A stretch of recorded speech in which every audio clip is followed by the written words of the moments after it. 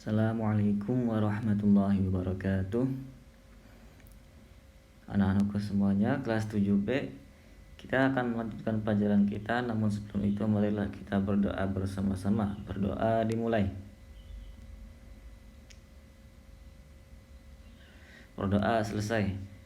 Ya, bagi anak-anak yang tidak membawa buku, mari kita melihat ini PDF yang sudah Bapak scan. Ini bukunya. Pembahasan kita adalah sekarang tentang sholat jamak dan qashar. Kita lanjut lagi ya. Ini di awal buku, di awal bab sudah jelaskan bahwasanya Islam itu agama yang mudah. Contohnya kalau di sini disebutkan bersuci itu mudah. Kalau nggak bisa pakai air, pakai debu juga bisa, kan jadi tayamum. Jadi mudah. Sholat itu juga mudah. Jika sakit tidak bisa berdiri, bisa duduk. Tidak bisa duduk, bisa berbaring. Dan kalau misalnya dalam perjalanan susah mau sholat di awal waktu, ya bisa dijamak, bisa dikosor, kan seperti itu. Puasa juga mudah. Kalau misalnya sakit, boleh tidak puasa. Nanti diqadha ataupun bayar fidyah. Fidyahnya pun gampang ya. Fidyah itu kalau dalam surat Al-Baqarah ayat 182 atau 83 bahwasanya, atau 84 ya, 184 Allah menyebutkan kita itu fidyah ta'amu miskin, memberi makan orang miskin.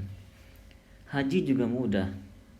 Haji itu kalau nggak punya harta nggak apa-apa. Kalau punya harta tapi fisiknya nggak kuat, bisa meminta orang lain untuk mengerjakan, kan berarti gampang.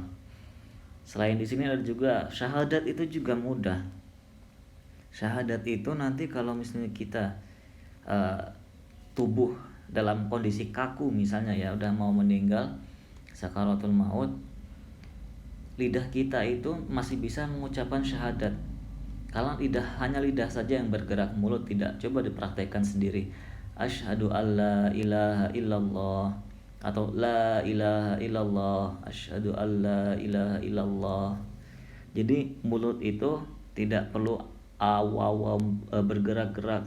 Misalnya susah nanti ketika sakaratul maut, lidahnya saja bisa. Ya, seperti itu. Jadi Islam itu agama yang mudah.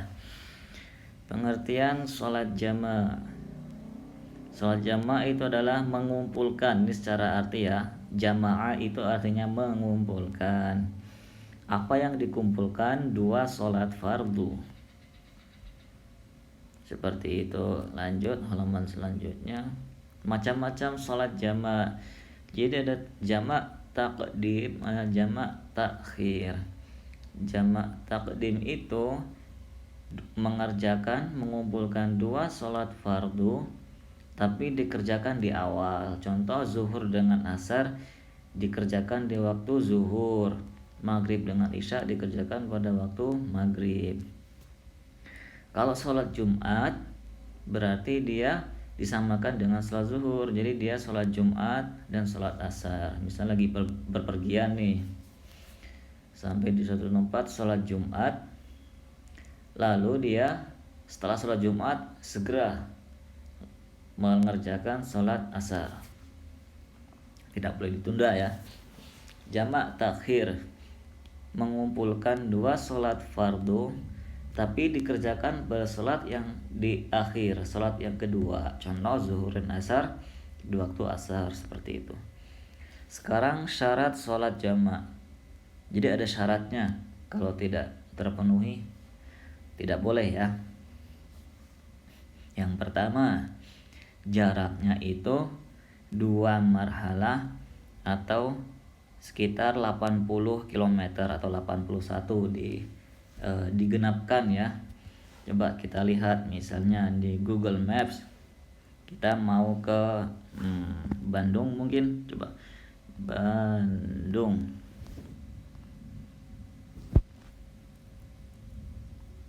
Oh, belum terkoneksi ke wifi, sebentar.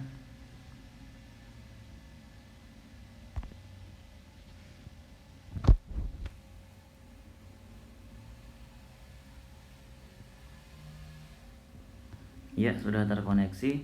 Ini misalnya kita mau ke Bandung ya, dari Cahaya Rancamaya. Di sini kan akan jelas 115 km. Berarti sudah bisa ya dari Cahaya Rancamaya ke Bandung kota. Karena 115 km. Jaraknya itu 81. Lanjut. Syarat kedua, perjalanannya ini bukan perjalanan untuk melarikan diri atau yang tujuannya yang jelek, itu bukan. Yang ketiga, tujuannya harus yang benar atau mubah. Berdagang itu juga boleh. Lalu tujuannya harus diketahui jaraknya sejak mulai berpergian. Bapak zaman dulu gimana dong, kan belum ada Google Maps. Nah, zaman dulu orang-orang itu sudah tahu perjalanannya sejauh mana, karena mereka sudah tahu dua marhalah itu 2 kali perjalanan, atau ya bisa dibilang 2 hari ya, 2 hari gitu. Kan orang-orang dulu, orang Indonesia juga tahu kan ya, dari kota A ke kota B perjalanannya berapa hari. Nah, itu kan sudah jadi pengetahuan umum. Nah, dilihat dari situnya, kalau 2 hari itu udah boleh. Dan 2 hari ini ulama menghitung-hitung kurang lebih adalah 81 km. Jadi zaman Nabi itu 81 km bisa ditempuh dalam sekitar 2 hari. Lanjut, mengetahui hukum bolehnya. Jadi harus kita tahu dulu kalau jamak itu boleh. Dalam rombongan kamu tiba-tiba ikut sholat jamak tanpa tahu hukumnya, tanpa belajar dulu, itu nggak boleh, harus belajar dulu. Lalu dia sudah keluar dari tempat tinggal, misalnya sudah keluar dari Bogor, sudah sampai Cianjur mau ke Bandung ya, itu kan sudah keluar Bogor, berarti dia sudah dianggap musafir. Lalu tertib. Ini syarat sholat jamak takdim. Kalau takdim dia harus tertib. Misalnya dia zuhur, ya harus zuhur dulu sebelum sholat asar, seperti itu, berurutan. Nomor 8, dia berniatnya di sholat yang pertama. Misalnya mengumpulkan zuhur dan asar. Ketika sholat zuhur, dia itu niat mau mengumpulkan sholat asar itu. Lalu nomor 9, iya berturut-turut. Jadi misalnya setelah sholat zuhur menuju sholat asar, di tengah-tengah ini jangan disambil ngapa-ngapain dulu. Misalnya habis sholat zuhur jamaknya terus dia main HP dulu, itu nggak boleh. Harusnya tidak ada pemisah yang seukuran sholat 2 rakaat, ataupun walaupun tidak sholat 2 rakaat kan main HP nggak sampai selama itu ya, tapi tetap saja itu menjadi tidak afdol, tidak utama. Lanjut halaman selanjutnya. Sholat jamak takhir, caranya gimana ya, syaratnya gimana? Sama kayak 1-6 tadi, tapi bedanya adalah dia harus berniat di awal juga. Misalnya zuhur dengan asar, dia ingin mengerjakan di asar, tapi di waktu zuhur dia harus sudah niat mengakhirkan sholat zuhur ke sholat asar. Apabila ada beberapa keadaan sholat jamak itu tidak sah. Contohnya dia berniat jamak takhir sebelum masuk sholat waktu yang pertama. Misalnya dia jam 10 sudah niat mau jamak takhir, nggak boleh. Niatnya itu di waktu sholat zuhurnya, bukan sebelumnya. Kedua, tidak berniat jamak sengaja, jadi dia ketika waktu zuhur dia sengaja tidak berniat, lalu ketika sholat asar dia mau sholat zuhur jamak, itu nggak bisa karena waktunya udah lewat. Waktu niatnya adalah waktu di sholat pertama. Lalu dia berniat menunda pelaksanaan, jadi dia niatnya udah nunda zuhur ke asar, tapi dia salah, dia harusnya berniatnya untuk sholat jamak, bukan menunda. Jadi itu juga nggak boleh ya, niat menunda, niatnya jamak. Lalu berniat jamak takhir di waktu yang pertama, di waktu zuhur juga, tapi dia terlalu telat, hampir habis waktunya, itu juga nggak boleh. Misalnya waktu asar itu jam 3 lebih 20, dia baru niatnya jam 3 lebih 19 misalnya, di waktu yang tidak mencukupi untuk 1 rakaat, nah itu udah nggak boleh. Pak, wah gimana dong kalau tidak sah, saya lupa mau niat. Kalau seperti itu ya berdosa, gimana ya berdosa gitu ya, bertaubat kepada Allah, tapi tetap sholat kita, yaitu menjadi sholat qadha, tetap melaksanakan sholat zuhur. Lalu syarat jamak takhir yang terakhir masih dalam berpergian. Jadi misalnya dia ada sholat zuhur ke sholat asar, di sholat asarnya ini dia masih dalam berpergian, belum sampai rumah gitu ya. Tata cara sholat jamak takdim, niat. Oke, niatnya memang ada beberapa pendapat ya, ada yang niat seperti ini, ada yang tidak, kan seperti itu. Kalau di sini ketika jamak takdim, yaitu ketika zuhur misalnya ya, zuhur dan asar, dia berniat untuk jamak di waktu zuhur ketika takbiratul ihram. Misalnya seperti ini, sholli fardhu zuhri majmu'an bil asri arba'a raka'atin mustaqbil qiblati ada lillahi ta'ala.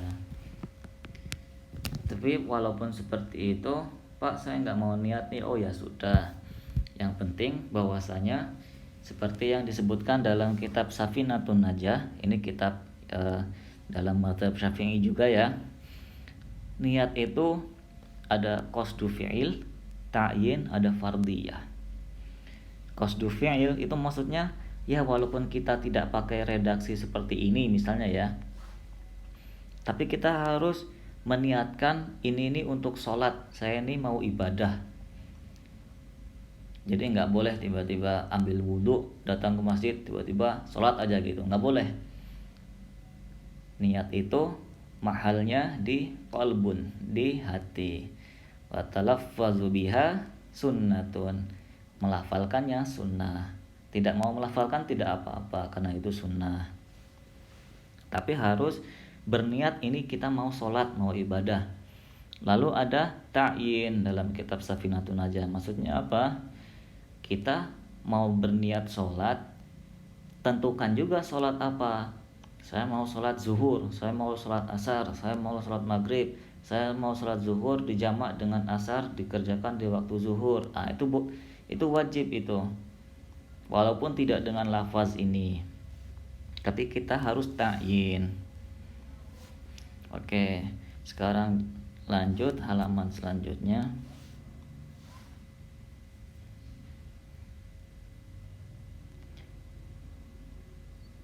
Ya, ini masih tentang niat gitu ya.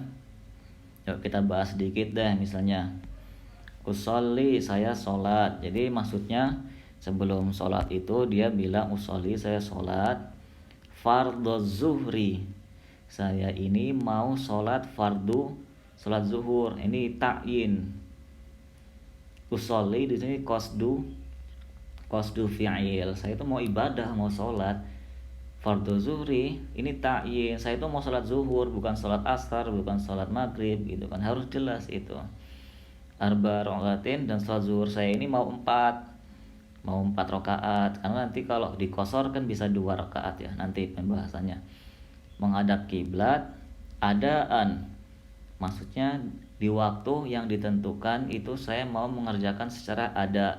Kalau di luar waktu namanya qadha, di dalam waktu namanya adaan. Lillahi ta'ala, saya ini sholat demi Allah.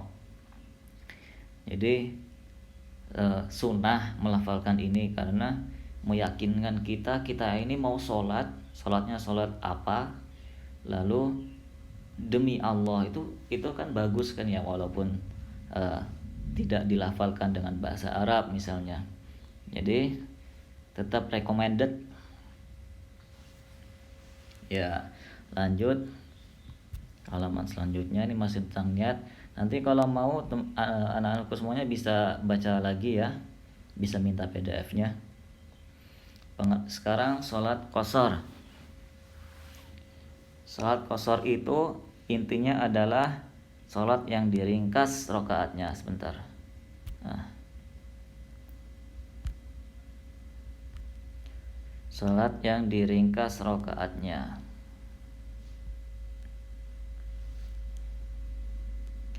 Yang bisa diqashar adalah sholat yang rakaatnya 4, seperti zuhur, asar, dan isya. Maghrib dan subuh tidak bisa. Ini contohnya, faiza darabtum fil ardi falaisa alaikum junah. Nih, Pak, wajib enggak kalau misalnya perjalanan kita qashar? Oh, sebenarnya enggak juga sih ini. Maka tidaklah berdosa. Jadi sebenarnya ketika perjalanan misalnya sudah dijamak zuhur dan asar, terus pengen diqashar, ini 2 rakaat, ini 2 rakaat. Sebenarnya nggak wajib 2 sih, kalian mau 4 rakaat juga boleh, karena tidak berdosa. Jadi tidak mengapa mau 2 mau 4, tapi kalau 2 juga tidak apa-apa. Mungkin lagi terburu-buru atau lagi kelelahan atau sedang hal-hal lain yang cukup penting gitu ya, itu boleh kok. Jadi dasar hukumnya itu. Sholat qashar syaratnya yaitu sholat yang 4. Oke, ini udah jelas. Jarak perjalanannya, jadi kalau misalnya ingin mengqashar, ingin menjadikan sholat yang 4 rakaat menjadi 2 rakaat, itu harus, kalau misalnya alasannya perjalanan itu harus 2 marhalah juga, yaitu sekitar 81 km. Terus perjalanan ini tidak yang durhaka, niatnya tuh bagus kan, kayak gitu. Jadi tetap ada syaratnya ya, tidak tiba-tiba saya pengen qashar 2 aja, itu nggak boleh.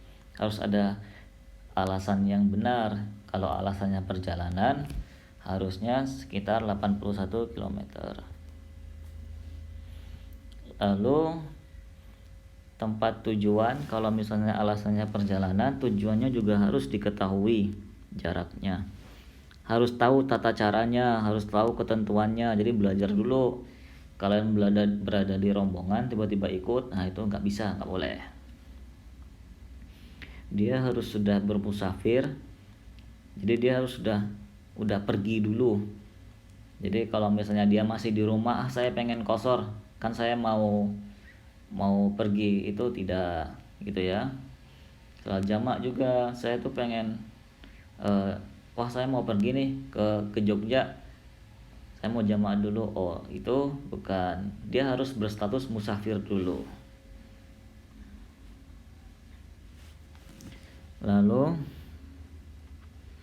ketika qashar itu kan kita sholat 2 rakaat, kita tidak boleh menjadi makmum pada imam yang sholatnya 4 rakaat. Jadi di masjid kita sholat sendiri.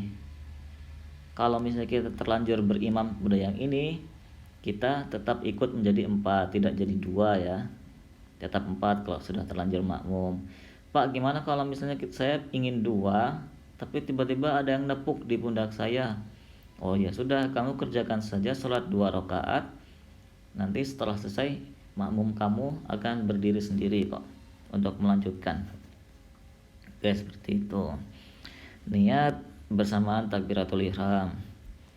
Saya niat sholat apa? Sholat fardu zuhri 2 rakaat, karena saya mau qashar menghadap kiblat, adaan di waktunya, makmuman misalnya jadi makmum ya, atau imaman kalau jadi imam, lillahi ta'ala. Kita yakinkan kalau kita sholat ini untuk Allah, dan kita harus meninggalkan sesuatu yang bertentangan dengan niat. Kita nggak boleh ragu-ragu di rakaat pertama, saya mau qashar atau mau jamak ya, saya mau qashar atau mau sempurna ya, mau 2 rakaat atau 4 rakaat ya, itu tuh nggak boleh, harus yakin.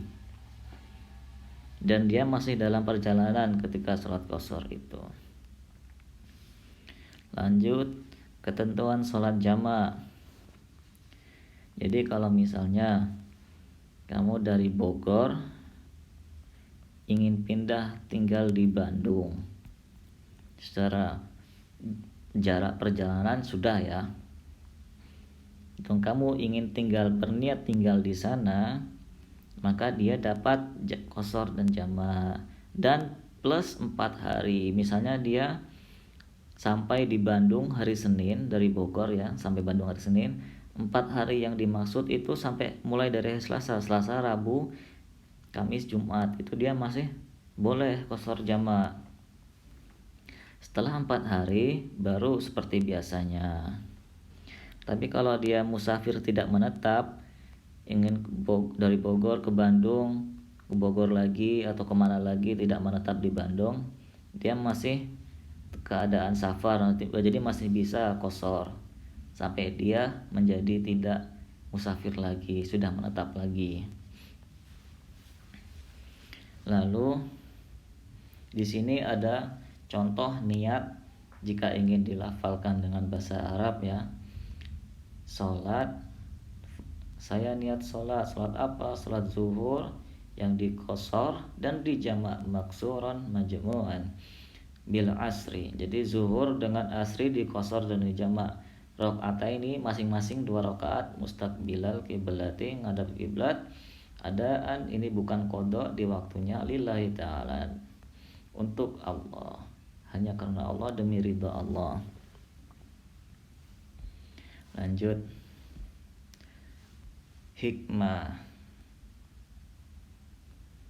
Jadi alhamdulillah ya, Islam mempunyai aturan seperti ini. Jadi ada hikmah di baliknya. Jadi ada apa istilahnya, pelajaran di baliknya. Berarti apa? Dengan adanya jamak dan qashar, kita semakin bersyukur kepada Allah. Oh alhamdulillah ya, ternyata ibadah itu mudah. Terus kita jadi mudah sholatnya, jadi efisiensi waktu. Misalnya lagi buru-buru ya, aduh kereta ada mau datang nih gitu, kayaknya perlu diqashar. Oh ya iya boleh itu, daripada telat misalnya kan, seperti itu. Nanti di kereta sudah tidak nyaman dan sholat duduk tidak nyaman ataupun dan sebagainya, jadi lebih efisiensi waktu. Lalu juga meringankan beban, misalnya lagi sakit, bepergian, keadaan darurat lainnya. Jadi menambah keyakinan kita juga kalau Islam itu memperhatikan kemaslahatan pemeluknya dan memberikan motivasi. Jadi seperti itu. Pak, gimana kalau misalnya kan zaman sekarang udah gampang Pak. Zaman dulu mungkin perjalanan 2 hari susah. Jarak dari misalnya Jakarta ke Jogja jauh, capek. Tapi kan sekarang ada pesawat, dia cuma duduk saja misalnya udah sampai 1 jam. Itu sudah sama ngambil bagasi ya, 1 jam misalnya. Terus gimana Pak? Nah, ulama sudah sepakat di literatur yang Bapak baca di buku lain, yang jadi patokan itu bukan masyaqqahnya, bukan kesusahannya, tapi jaraknya.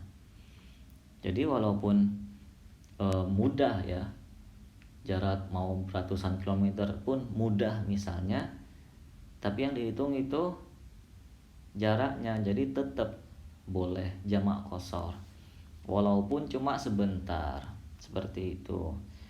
Tapi mungkin kalau misalnya dari Jakarta kamu dari Jakarta ke Jogja, Jakarta ke Yogyakarta, naik pesawat, ya mungkin kamu tidak menyengaja di jamak ya, mungkin masih bisa gitu. Boleh nggak Pak? Boleh. Ingin sholat zuhurnya di sini, masih sholat asar di sini misalnya, tanpa dijamak, oh boleh. Cuman dalam hadis yang lain, kalau misalnya mau dijamak juga boleh. Pak kan cuma 1 jam ya, bisa jadi ketika sudah masuk waktu zuhur masih di Jakarta, belum sempat misalnya, belum sempat sholat, persiapan terbang sebagainya, buru-buru, jalanan macet kan seperti itu. Terus dia ketika masih waktu zuhur niat jamak, harus di zuhurnya ya, di waktu zuhurnya, di waktu sholat pertamanya dia niat berjamak dengan asar, ditakhirkan misalnya nanti ketika asar, di waktu asar dia mengerjakan sholat zuhur dulu baru sholat asar, seperti itu ya. Cukup. Alhamdulillahirobbilalamin, semoga anak-anakku semua paham. Wallahu muwaffiq ila aqwamit thoriq. Assalamualaikum warahmatullahi wabarakatuh.